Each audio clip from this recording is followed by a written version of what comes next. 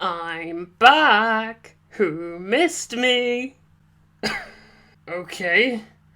No one then? Okay. I'll just get back to coding then.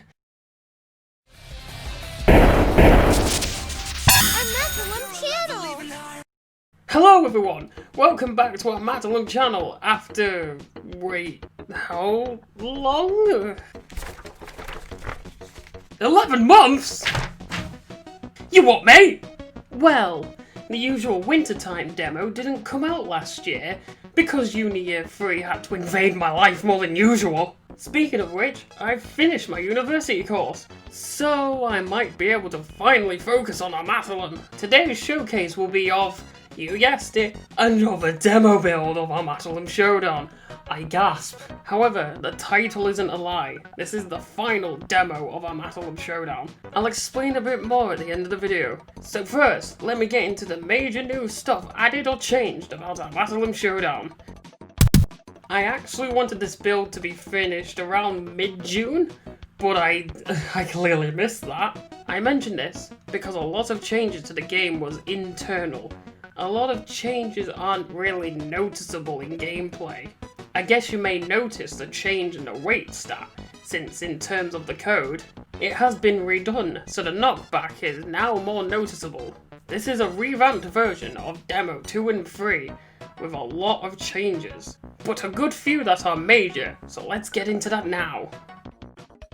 Of course, new ability shots, capsules, and Armate boosters have been added, such as a snowball that grows as it rolls, and a Teleman that fires bombs! But the biggest addition to the battle system is two new status conditions: slowdown and healing. Yes, not all status conditions have to be negative. Invincibility is a status condition, according to this game. Slowdown does what the namesake is. It slows down the affected person. It also makes it so then the Armate gear's cooldown lasts twice as long. Healing is what it sounds like. You gradually gain HP back when under this status condition. It also stacks on top of other healing properties that aren't outright the healing status. Example, there's a new booster chip that gives back HP gradually. This isn't the healing status. So healing and this chip can be used together to rake up even more HP than usual. With these new status conditions added, there are some new booster chips: Speedy Feet, which makes you immune to slowdown, and Status Immune, which makes you immune to all statuses. Oh, that sounds like a really good chip. Why would I not equip this?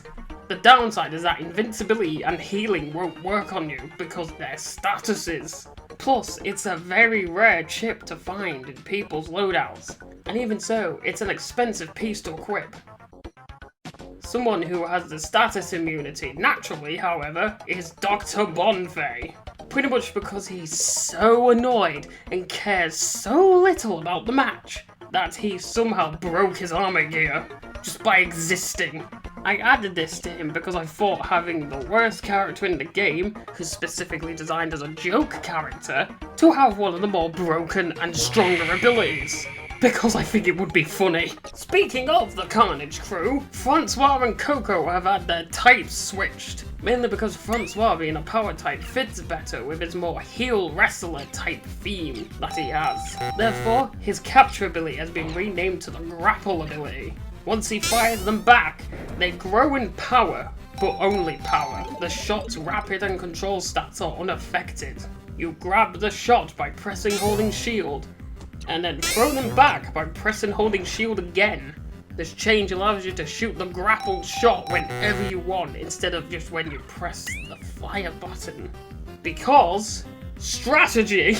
Coco is a very hyperactive mess of a girl, so the rapid type suits her as the more unpredictable type. Her dynamite popper's gimmick of launching shots and her loadout mainly being explosive ability shots is still there, but now she has a new feature, not only to buff her, but to nerf her too.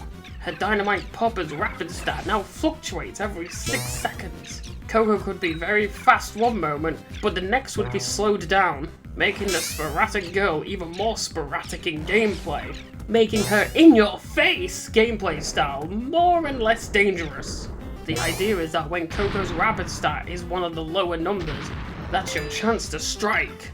She's also the weakest rapid fire type in terms of the power stat because she mainly deals with explosives, which tend to do more damage in the first place. It's for balancing's sake.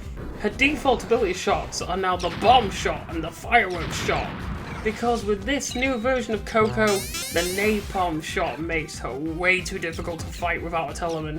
So her napalm bomb has to be upgraded into, Again, for balancing's sake. In terms of everyone else, a bunch of characters have been slowed down, and everybody's loadouts have been revamped to add the new ability shots and boosters. But there's also some removed items from some loadouts, if I remember correctly. I'm gonna be honest with you, I have a bad memory, and I don't log this stuff because I'm bad. One new thing that isn't very major, but it's something I want to point out, and that is the pause menu in battle. If you're in story mode, you can see little descriptions about the battle and the characters you're facing off with. Make sure to give some of these descriptions a read. You can also view the controls at any given time by pressing left or right. In arcade mode or practice mode, the controller screen is the only one shown. The next major change is in the collection room. Since the count of ability shots is at... hold on, let me look. Around 50? Really? There's like 50 ability shots already. My point stands. There's way too many ability shots now to show them all in a linear fashion like before. So, I reworked the collection room and made them into a grid style. I should have done this from the beginning, I will admit. Every menu now has a grid-based design, so they're all unified. Not just one, but all of them are like this. The only one that hasn't changed is the CG artwork menu, simply because of how that one works. However, I could change it later, so then you can go right to the picture you want instead of like scrolling through them all. To be honest, the only reason why it isn't like that now is because I just thought of it while writing the script. Notable examples of bigger changes than just the menu's layout changing are in the character menu. You can now swap views from a bio view to a sprite view.